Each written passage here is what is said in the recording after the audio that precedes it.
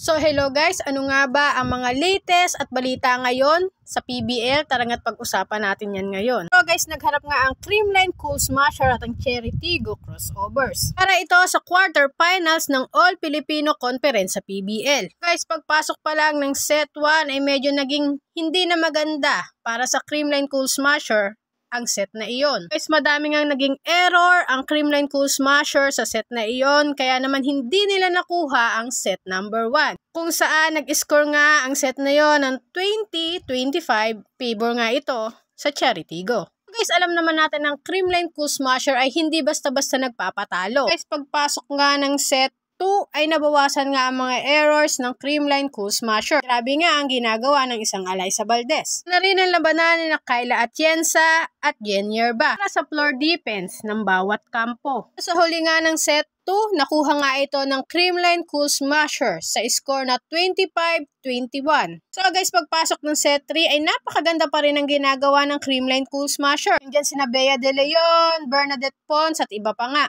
Sa kabilang banda naman, sa kabilang team, medyo naghihirapan nga sila. Kaya nga muli sa set 3, nakuha nga ito ng Creamline Cool Smasher sa score na 25-22. Guys, sa pagpasok nga ng 4 set ay hindi na nga mapigilan ng Creamline Cool Smasher. Na nga yung mga depensa ni Gemma Galanza, Atienza, sama mo pa nga mga blocking sina Jeanette Panaga at ang player of the game na si Bea De Leon. Maganda nga rin na magic bunot ni Mapi Galanza. Naman sa huli, sa set 4 ay muli nga nakuha ng Creamline Cool Smasher ang set na iyon. Guys, ang score nga sa set 4 ay 25-22 na favor nga sa Creamline Cool Smasher. Guys, masasabi ko nga na ang Creamline naman talaga ay wala ngang tapon na player. Napakaganda nga ng lineup ng Creamline Cool Smasher. So guys, sa pagkapanalo nga ng Creamline Cool Smasher laban sa Cherry Tigo crossover, ang player of the game nga ay walang iba kundi si Bea De Leon. Si Bea De Leon nga ang naging player of the game sa score na 14 points,